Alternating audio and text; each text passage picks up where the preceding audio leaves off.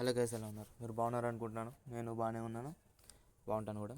5G and 6G networks గురించి మనం మాట్లాడుకుందాం. 5G అంటే ఫిఫ్త్ జనరేషన్ మొబైల్ నెట్వర్క్స్ అంట. ఇవి డాటా స్పీడ్ ఫాస్ట్గా ఉండడానికి అండ్ లేటెన్సీ తక్కువ ఉండడానికి డిజైన్ చేస్తున్నారు.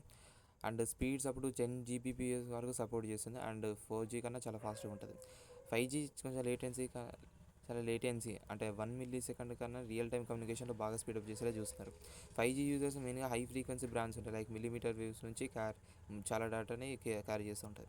అదే కొన్ని టెక్నాలజీస్ అవి autonomous vehicles, remote surgery and smart cities ఇవన్నీ ఎనేబుల్ చేస్తాయి 6G ద్వారా. 5G networks 6G and 5G రెండింటి ద్వారా చేస్తారు. 5G నెట్వర్క్స్ మ్యాసివ్ IoTని సపోర్ట్ చేస్తూ బిలియన్స్ ఆఫ్ డివైసెస్ని కనెక్ట్ చేస్తుంది. ఇవన్నీ beam farming and MIMO antennas use చేస్తూ బెటర్ సిగ్నల్ ఎఫిషియన్సీ కోసం తయారు చేస్తారు. అయితే 5G వల్ల పవర్ కన్సంప్షన్ తగ్గించి బెటర్ బ్యాటరీ పవర్ డివైసెస్ని బాగా హెల్ప్ అవుతుంది.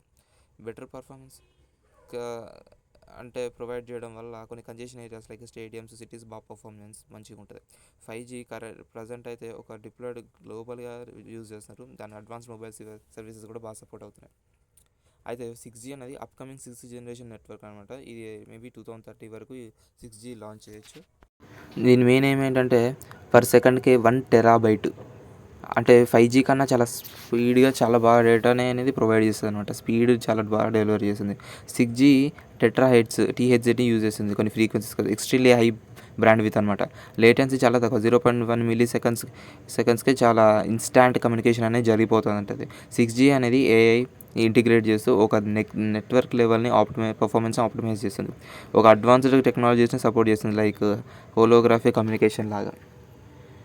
6G networks physical, digital, biological systems ఇవన్నీ చాలా డీప్గా కనెక్ట్ చేస్తుంది.